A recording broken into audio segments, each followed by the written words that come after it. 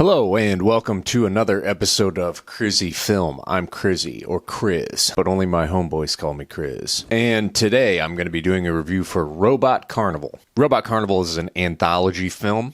There are 9 different shorts directed by 9 different anime artists and directors. All these directors were told by the main director, your short can be about whatever you want it to be. There just has to be a robot in it. And it's pretty interesting. All the narratives range from very simple and silly to more emotional and artistic and complex issues. If you've seen the show Love, Death, and Robots on Netflix, think of this as kind of the predecessor to that. And I thought that this was fine. I think from an artistic standpoint, it's really interesting and ambitious, and I really appreciate all of that, and I can respect the hell out of it for that. I just think that as long as you don't take it too seriously and try to dig a little too deep into a lot of it, you're going to have a pretty decent time. So what did I like about this? I really enjoyed the opening scene, the opening credits and title reveal of this roving giant kind of like sand crawler from Star Wars, full of robots moving through this desert nomad town, blowing shit up and all the robots flying around. It's beautifully animated. It's really fantastic. I think it's just such a great way to start this film off. I love this old style of animation. It's just so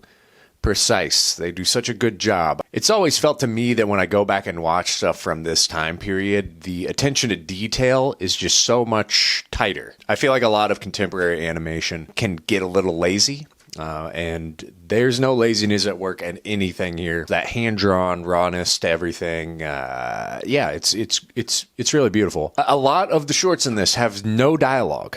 I thought when it started off that maybe all of them would have no dialogue, but there are a couple that do. Either way, I think that's such a cool creative choice. And just you really have to try a lot harder to convey emotion and to have the viewer understand what you're trying to tell them without telling them. I think it's really cool, really ambitious. I loved all the ones that did not have dialogue. Kudos to whoever made the soundtrack for this. Everything is still stuck in my mind. There's specific tracks from Starlight Angel that I think are going to be in my head forever. It's pretty incredible. They're very simple, made with very of the time synthesizers and, computer controlled music, but it's all very effective and it totally goes with the animation and it gets stuck in your head. And going back to Starlight Angel, I think that was probably my favorite one. I really like the animation style of it. It moves really fast. The music is fantastic. I also like Deprive, which is just kind of like a straight up sci-fi action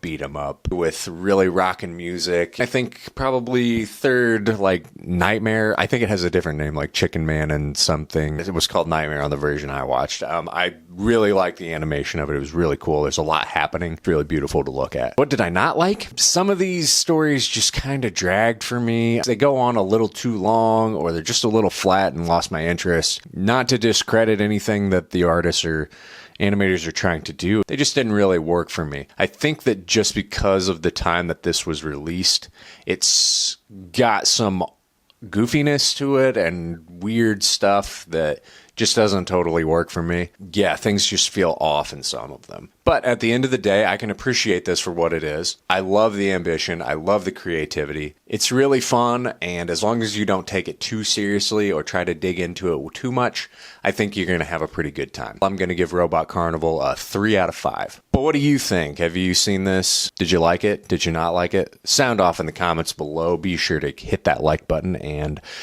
hit that subscribe button as well. And as always, thanks for watching. Bye.